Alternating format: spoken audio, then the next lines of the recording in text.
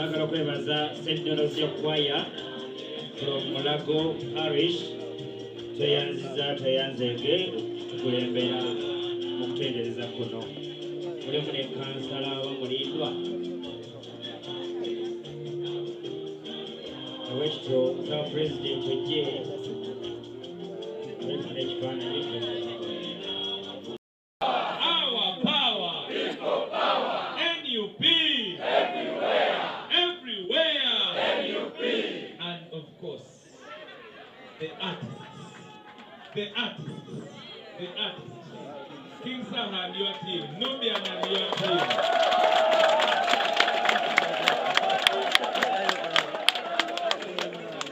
You must Kapele and your team, you must welcome. Olabiye ng'osembera. Oli ki? Oli MP w'Amakindi owesi? Ate kyama omuse ku president. Muyire MP w'Amakindi eki?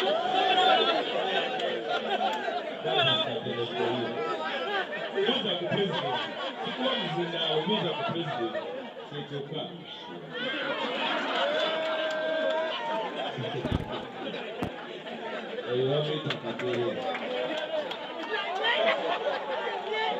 People power, our power, NUP, everywhere. I cannot see Young Mulo standing up, but please clap for Young Mulo. Young Mulo, you need our clap. That young man is a solid young man. I have introduced the mayors. Now I forgot the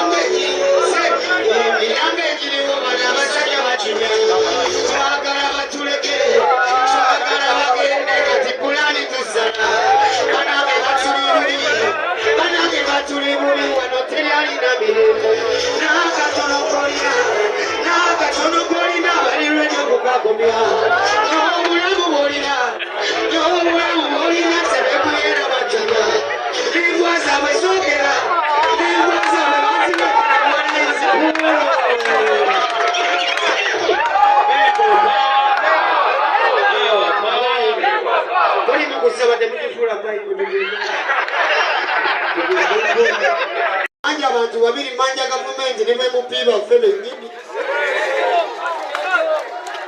nze mbeera ku mukutu ogwo nga ndaba ebintu bingi waliwo olusi pulezidenti waffe waba n'obuzibu kulaba emupiba erase ogamba bakubye esasi bemupya balina okukyaganya buli kiri mu paliamenti bagiyiweeyo abamu tujja basanga ebbali tubalagireko eyo gye batusanze tetwaligadda era olusi olaba aseka naawe enseka kunyumira kifaananyi naye tetwaligadda era kubana akalulu abasina bwe bagenda okutegeera titwaligadda mukuyamba pulezidenti waffe amala kwogera yabakwasa obuvunaanyizibwa bwammwe ebifo mubirina ati basooka mwe yayogeranga nze wanjogera bagamba yo muyimbi babadeki naye kolina olukusa olwogeranga kansala ngaemupinga teyamaani ngaani wakiri bagamba nti sigwayogera bulaba okiikirira bakolaki eyogera mubakyalimu tubatunuulidde tubalaba mwansomewo waliyo fiizi ne basobola ogenda naye tugenda bateekako abaana ab'ekibuli bwe kiba kibalina tetugenda kaananawe kubanga amazima pulezidenti alwanya omulimu munene ngolaba kubulaga akantu katini nnyo ne mu paliamenti wakyangalane naye mu nkiiko z'ebyalo ne ku nnyimbe kuyambako alabe okusembeza mpola naye akolayo entiisa n'alinda alabe ekinaavaayo olunaku lwe bakuba pulezidenti amasasi mwandibaddemu nabemupi olunaku lwe paliamenti yali tetuula wiiki enambookulikiwalaba omwana mulemenga okulowooza nti mugenda tukwata kaadi omanye nti mugenda gulagulenge ne faamu tujja n'ebisolo byamwe bbirirayo ku faamu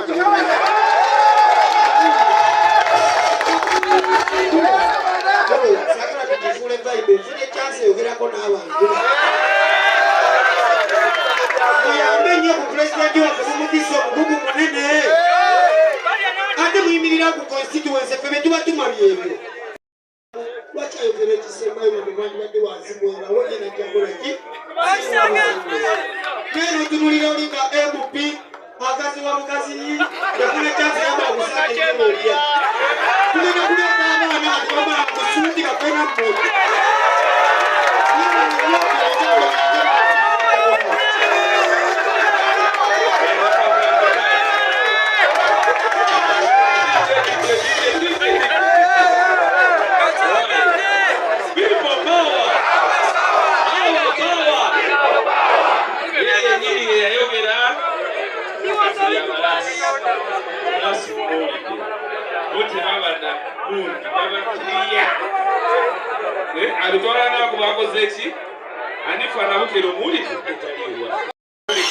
People power, our power, NUP, everywhere.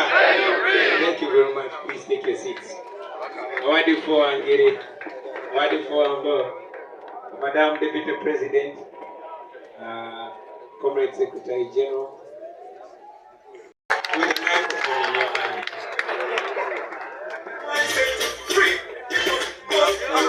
Ladies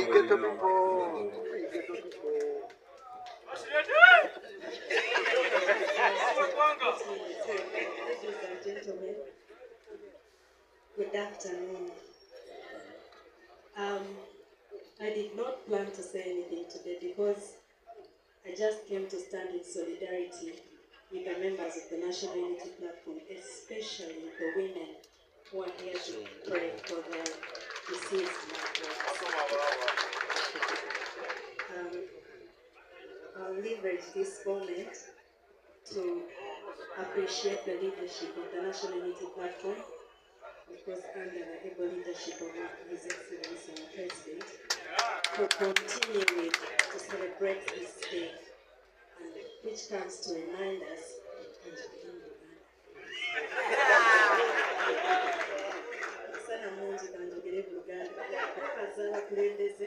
n'ekibiina kya National Unity Platform okusinga pulezidenti waffe atusobozesezza okujaguza olunaku luno okusobola okujjukira abantu baffe abaatuvaako nga si mu bweyagalire. Nga nange bwe nsibiddwa nga nnwanira ery'abalala bonna naye baana bange sinze nattaba kitammwe. Museveni yatta kitammwe. Museveni yalagira abasajja be ne bagenda ne batemula abantu bammwe. Bano bonna be mulaba Museveni yabatta. Ffe batuwa amannya ne batubuulira ti bano Amini yabatta bano Obote yabatta tetubamanyi ne bano twabalabako era abasinga tumanyi we babattira tumanyi n'aba DPC abaali ba DPC ki ba RPC ki abaali bakomandinga n'abamu bamanyiddwa ababakuba amasasi naye njagala obbalayirira nti olunaku lumu obwenkanya bujja kusaavingibwa wallahi billahi taala. Ladies and gentlemen, today yet again we are meeting to commemorate our comrades. It's been 4 years. On this very day 4 years ago, a dark cloud covered our nation. More than 150 innocent unarmed citizens were mowed down, were massacred in cold blood. These people were, as you've noticed, fathers, sons, mothers, daughters, friends, comrades of various people that were killed. These people were killed just for coming out and exercising their constitutional right to protest against injustice.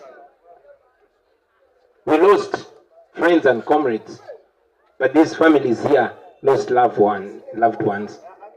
They lost breadwinners.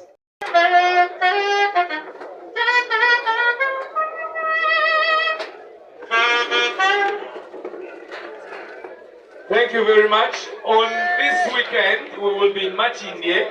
We are resuming our Foot Soldiers tournament. It will be in Machinde this weekend. The Foot Soldiers tournament is back on track. We will be in Machinde this weekend. Thank you very much, brothers and sisters. God bless you.